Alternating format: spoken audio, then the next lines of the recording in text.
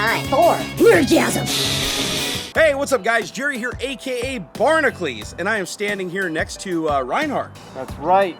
Actually, it's Bill Doran. Oh, yeah. We get confused all the time. I can see why. You make a lot of really cool stuff.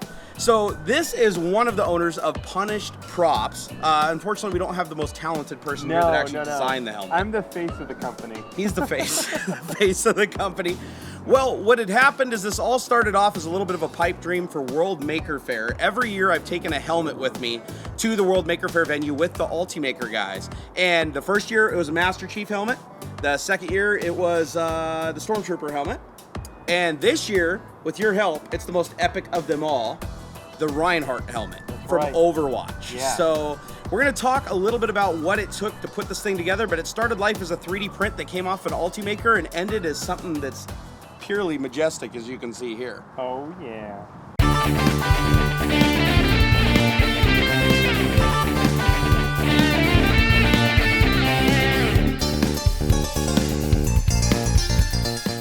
This whole thing started not much longer than a week ago. Yeah, this was very, very fast, last minute seat of our pants kind of stuff. Yes, which tends to be the case with most projects. Yep. My wife Brittany, the talented one, yes, did the 3D model for this guy. She modeled it up in Maya, I believe. And then we teamed up and did some just like 4 straight days of printing. Yes. Yeah. Yes. He used his Ultimaker 2 Extended Plus, right? And I used my Ultimaker 2 Plus. So both of these were using the latest Ultimaker platform. And I printed out half the helmet, roughly. You printed out the other half. We used a whole plethora of materials. We did, yeah. So, you know, probably not ideal, but we were experimenting around and seeing what would work. Yeah. So we tended to err on the side of getting prints that would finish. Yes. Which meant like a lot of support material. Just rolls of filament, When the first like 3 prints failed, we just threw caution to the wind and we didn't care how much material we burned through to make this thing. But the truth is, it came out absolutely beautiful, which to be honest is all you. Because we did start with some discrepancies in the different materials having different types of shrinkage problems, and also some stringing and some layer adhesion issues with the color fab engine material, because I was dialing in the temperature and trying to get it figured out for the machine. Mm-hmm. We did for the horn. This thing you could kill somebody with. Yeah, rock solid. Rock solid. But some of the pieces needed a lot of love and care from Bill. Went through and had to sand all of the pieces and rough them up and try to get as much of the layer striations out as possible. And you also reinforced the inside of it. You can't tell right now because it's got fiberglass, and we'll talk about that here in a little bit. But you had to put some strips inside here. Why don't you explain a little bit about that? Because normally on all my helmets, I just glued the seams. Yeah. And the seams always broke. Right. Along those seams, we would just super glue on a strip of styrene plastic. And it worked great. It really did. It would just go between the 2 parts. We just glued it on one side, and then when we needed to glue them together, we could overlap those parts, and they would register perfectly. Glue them back up together, and then we would just have to fill those seams in. And you had some amazing little tricks to fix some of the other problems too, like mixing the super glue with the baby powder to use it as kind of like a small amount of Bondo. Yeah, this thing ended up being probably about 90% super glue. Super we did glue. a lot of. There's a lot of cyanacrylate in this thing. Yes. But yeah, no, you showed me a lot of techniques doing this that I didn't know about before. Like I didn't know there was an activator that made super glue set immediately. Yeah. I'd highly recommend that to everybody. Plus it smells delicious. It's toxic, but yes, it does smell great. Most of the stuff we did, most of the techniques I used, because we got together and in one day put the whole thing together. Yeah. Our team, we had 4 people working on this thing. And most of those techniques are for expediency. So using super glue, using that spray activator, Bondo, the filler primer we used, Evercoat, that stuff sets up in about half an hour. So we could work on one part while the other part is curing, and then we could go hand it to Jason to do all the sanding. Yeah, you can't see any seams on this too. It's amazing because when we first put it together, there was most definitely seams on this thing. We had to build up some areas and knock down some other areas. This was printed in 2 parts, and so there's a seam there, but you can't see it. No, this is absolutely beautiful. So once we got it all put together with the Bondo and sanded, then you started using a build-up primer. Yes. To kind of go over and cover the whole thing and fill it in so that we could sand it down and use the imperfections. And you did 2 layers of that with different colors. Why was that? So this is an automotive filler primer, a high build primer. Yeah. And it's great for 3D prints because it fills in those print lines. Yes. We did it with a gray first and then sanded it as smooth as we could. But you get to a point where you really can't see the imperfections anymore. Okay. So we hit it with a red one And then when you sand it, anything that's still red is a low point. So you can just sand it until that red is gone for the most part. That's awesome. Yeah. So once we did a lot of sanding, and I will emphasize that this project is 90% sanding. Yes. 5% super glue and 5% 3D printing. Yes, that's perfectly accurate. The basic shape's 3D printed. No, but in all seriousness, we got this together in like record time. I think it was 6 hours. We took a pile of plastic and roughly had a helmet together and painted.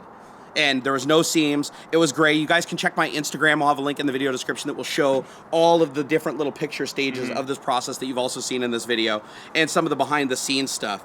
And also, if you guys didn't watch the video where I came over and you had the 3D printing party, I'll have that video linked down in the video description as well. And if you want to see the paint job on this thing, I can guarantee you my video is not doing this justice.